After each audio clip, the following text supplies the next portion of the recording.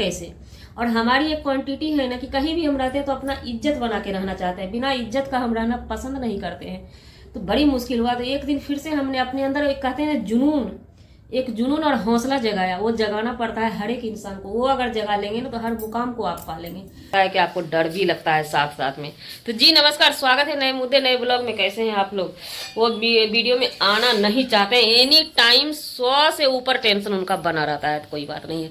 आज है दिन संडे दिन है और तारीख कितना है? तारीख है 19। और कैसे हैं आप लोग? आशा करते हैं, उम्मीद करते हैं आप लोग बहुत अच्छे होंगे।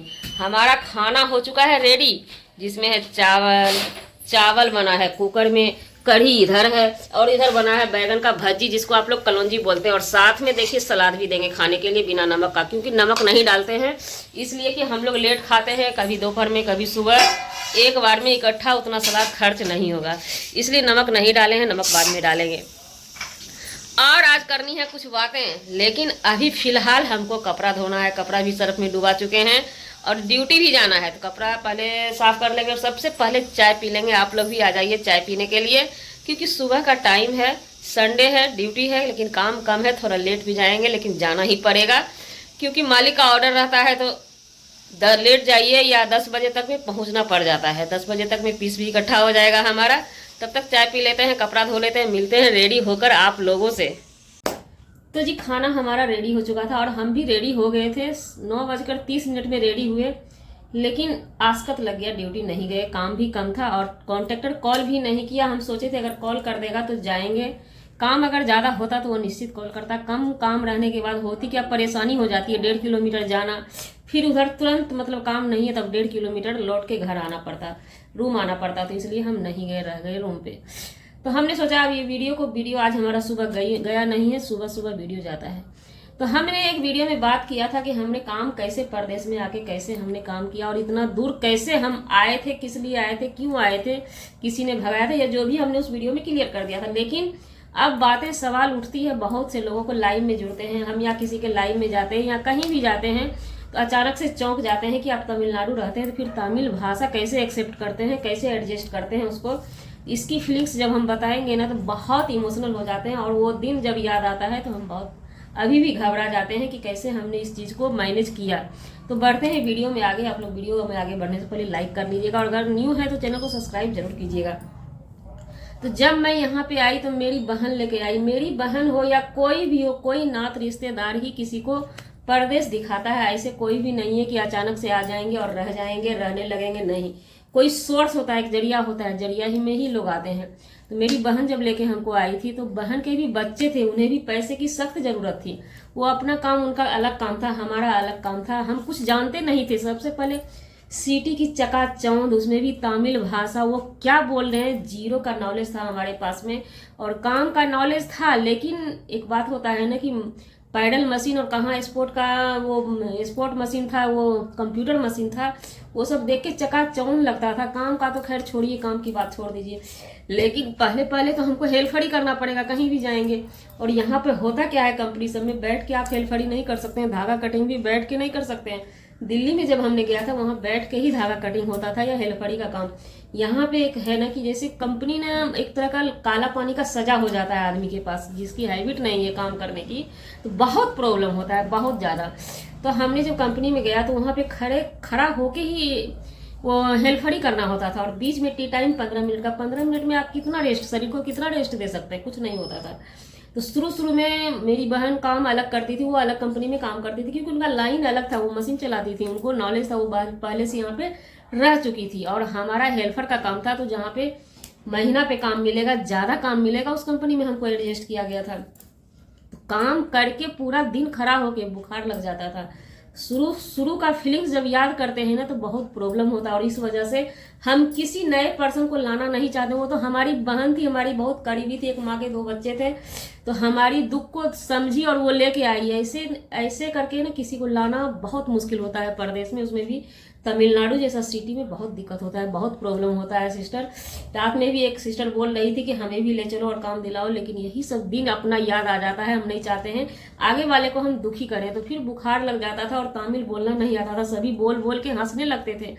8 दिन बीत गया, हम बहुत परेशान थे। और इसी बीच हम अक्टूबर नवंबर महीना में आए थे, नवंबर से काम पकड़े थे, दीपावली आया, दीपावली की छुट्टी में हम काम सीखे। तो फिर काम सीख लिए, काम जब करने लगे, मशीन पे जब हमने बैठा तो हेल्पर का तो वो लाइन था, हेल्पर का छोड़ दीजिए, जब मशीन पे हम बैठे कि मशीन पे बैठेंगे तो शान से हम काम करेंगे, बैठ के ना काम करेंगे, पीस रेट का अपना काम करेंगे, कोई कहने वाला नहीं होगा। और इन लोगों की क्या है, जितना भी स्पीड कीजिएगा तो ये कम हो जाता था इन लोगों का। एक मशीन पे अगर हम स्पीड में काम करते थे तो फिर ठेकेदार क्या बोलता था, 2 मशीन पे स्पीड में काम करने, फिर 3 मशीन में स्पीड में काम करने। 2 महीना में जो कष्ट हुआ कि क्या बताए, मतलब बोलने लायक बात नहीं रह जाती थी। आखिर पैसा कमाने आए थे। हाँ, इससे पहले क्या हुआ, एक हमारा लड़का, बड़ा लड़का, जब हमको बुखार जब लग गया कंपनी में, तो आके हम पीछे बरामदे में घोलटे हुए थे। हम कसम खा लिए थे कि अब हमको तमिलनाडु रहना ही नहीं है, हम घर चले जाएंगे। इसी बीच हमारा लड़का का फोन आया, बड़ा वाला लड़का का।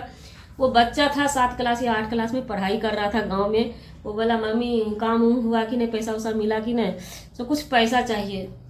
फिर दिमाग मेरा ठनका, फिर हमने उसे कुछ नहीं बोला, बोला हाँ ठीक है बाबू देंगे। फिर मैंने कसम खा लिया, नहीं अब हमको काम सीखना है, कमाना है, तिरुपति में ही रह के, तमिलनाडु में ही रहकर। क्योंकि मेरे बच्चे के लिए बाहर आई, बच्चे का भविष्य नहीं बना पाएंगे। अगर हम गांव चले जाते तो बच्चे का भविष्य बनाना बहुत मुश्किल होता। अभी भी भविष्य बना नहीं है, लेकिन रास्ता पकड़ा के रखे हैं। अब आगे महादेव की इच्छा, कर्म, हम आदमी कर्म ही कर सकते हैं, फल का आशा हम अपने आप से खुद से नहीं कर सकते। वो भगवान महादेव हमारे हिस्से का फल रखे होते हैं, जो भी देंगे वो मुझे कबूल करना पड़ेगा, क्योंकि उनका भी काम है फल देने का, वो दे देंगे एक बार में। तो उम्मीद और भरोसा से हम जीते हैं। तब हमने कसम खाया और काम सीखा। तो फिर मशीन पे जब बैठ गई तो मशीन पे बैठने के बाद एक चीज़ का एहसास हुआ कि यहाँ पे तमिल, हिंदी वाला अगर तमिल बोलते हैं तो उनकी इज्जत अलग होती है। तब मैंने कसम खाया फिर से कि सब हमको तमिल बोलने सीखना है। तो एक कहते हैं ना, फिर से एक सवाल सामने आ गया हमारे सामने। बहुत सारे लोग कहने लगे कि तमिलनाडु अगर छोटे कम उम्र के बच्चे आते हैं ना तो जल्दी काम सीख लेते हैं, जल्दी तमिल बोलना सीख लेते हैं। अब यहाँ पर फिर से मैं उलझन में फंस गई कि हमारा एज तो समझ सकते हैं, उस समय मेरा 40 साल हमारा एज था, नहीं 35-40 के बीच में था, 40 साल एज होगा, हाँ 40 साल एज था हमारा। तो हम सोच रहे हैं कि अब हमारा ये 40 साल है, हमारे हस्बैंड भी 40 साल के हैं, तो अब हम लोगों को तमिल सीख नहीं पाएंगे तो फिर हम रहेंगे कैसे। और हमारी एक क्वांटिटी है ना कि कहीं भी हम रहते हैं तो अपना इज्जत बना के रहना चाहते हैं, बिना इज्जत का हम रहना पसंद नहीं करते हैं। तो बड़ी मुश्किल हुआ। तो एक दिन फिर से हमने अपने अंदर एक कहते हैं एक जुनून और हौसला जगाया। वो जगाना पड़ता है हर एक इंसान को, वो अगर जगा लेंगे ना तो हर मुकाम को आप पा लेंगे। जब वो जुनून मैंने जगाया और सभी तमिल वाला का मुंह मैंने देखना शुरू किया कि वो बोलते क्या है, किस टाइम क्या बोलते हैं, उसको मैंने कैच करने लगा। बस कैच किया तो 8 दिन में जुनून जगाने के बाद होता क्या है कि इच्छा जग जाती है किसी चीज़ की।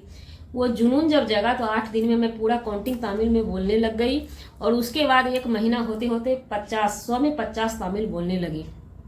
फिर हमारा इज्जत होने लगा, ठेकेदार या कोई भी कंपनी में सभी इज्जत करने लगे, इसे तमिल बोलने आता है, इसे तमिल बोलने आता है।